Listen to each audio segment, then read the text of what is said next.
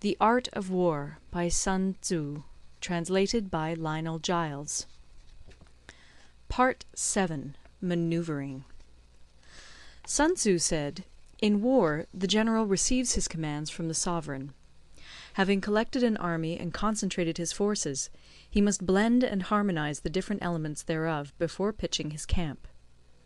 After that comes tactical maneuvering, than which there is nothing more difficult. The difficulty of tactical maneuvering consists in turning the devious into the direct, and misfortune into gain. Thus, to take a long and circuitous route, after enticing the enemy out of the way, and those starting after him, to contrive to reach the goal before him, shows knowledge of the artifice of deviation. Maneuvering with an army is advantageous; with an undisciplined multitude, most dangerous. If you set a fully equipped army in march in order to snatch an advantage, the chances are that you will be too late. On the other hand, to detach a flying column for the purpose involves the sacrifice of its baggage and stores. Thus, if you order your men to roll up their buff coats, and make forced marches without halting day or night, covering double the usual distance at a stretch, doing 100 li in order to wrest an advantage, the leaders of all your 3 divisions will fall into the hands of the enemy. The stronger men will be in front, the jaded ones will fall behind, and on this plan only 1/10 of your army will reach its destination. If you march 50 li in order to outmanoeuvre the enemy, you will lose the leader of your first division, and only half your force will reach the goal. If you march 30 li with the same object, 2/3 of your army will arrive. We may take it then that an army without its baggage train is lost; without provisions, it is lost; without bases of supply, it is lost. We cannot enter into alliances until we are acquainted with the designs of our neighbours. We are not fit to lead an army on the march unless we are familiar with the face of the country, its mountains and forests, its pitfalls and precipices, its marshes and swamps. We shall be unable to turn natural advantage to account unless we make use of local guides. In war, practice dissimulation and you will succeed.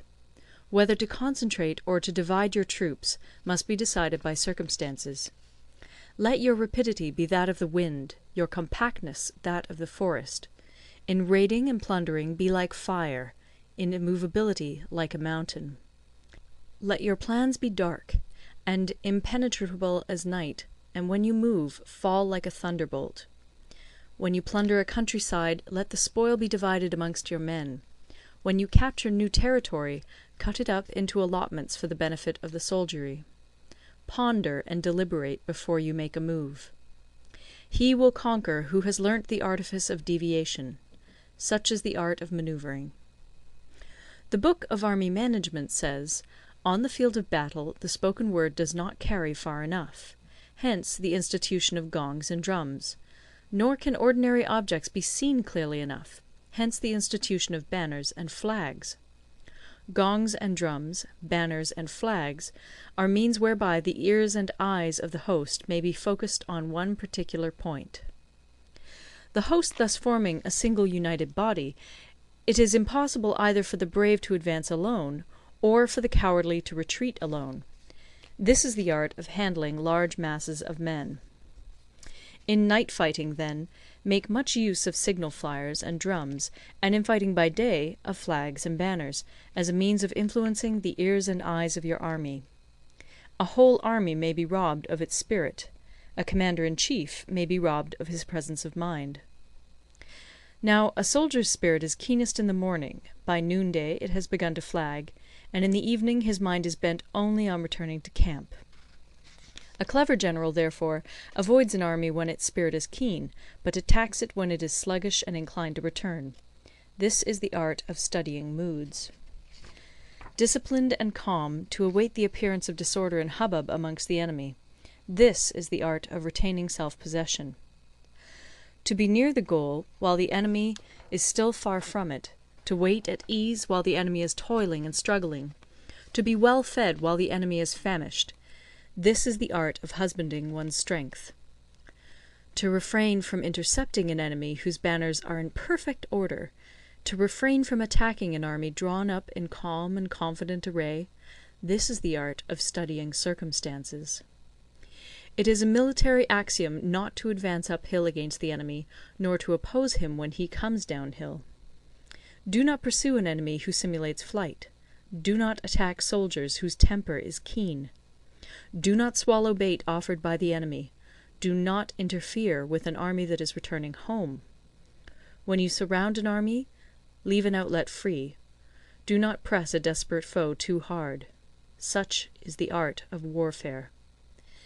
End of Part 7. Part 8.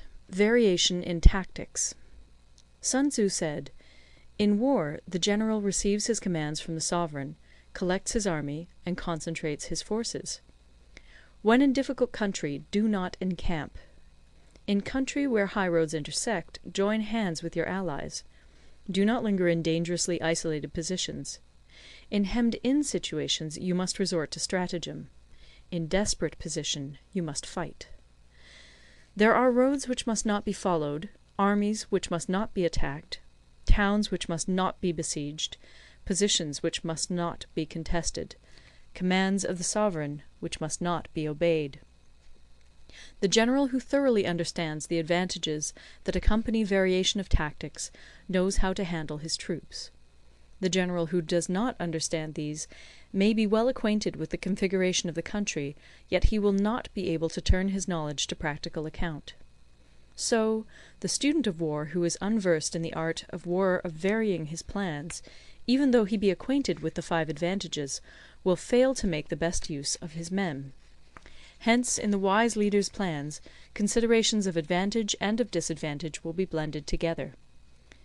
If our expectation of advantage be tempered in this way, we may succeed in accomplishing the essential part of our schemes. If, on the other hand, in the midst of difficulties we are always ready to seize an advantage, we may extricate ourselves from misfortune. Reduce the hostile chiefs by inflicting damage on them, and make trouble for them, and keep them constantly engaged. Hold out specious allurements, and make them rush to any given point. The art of war teaches us to rely not on the likelihood of the enemy's not coming, but on our own readiness to receive him; not on the chance of his not attacking, but rather on the fact that we have made our position unassailable. There are 5 dangerous faults which may affect a general. 1. Recklessness, which leads to destruction. 2. Cowardice, which leads to capture. 3. A hasty temper, which can be provoked by insults. 4. A delicacy of honour, which is sensitive to shame. 5. Over-solicitude for his men, which exposes him to worry and trouble. These are the 5 besetting sins of a general, ruinous to the conduct of war. When an army is overthrown and its leader slain, the cause will surely be found among these 5 dangerous faults. Let them be a subject of meditation. End of Part 9.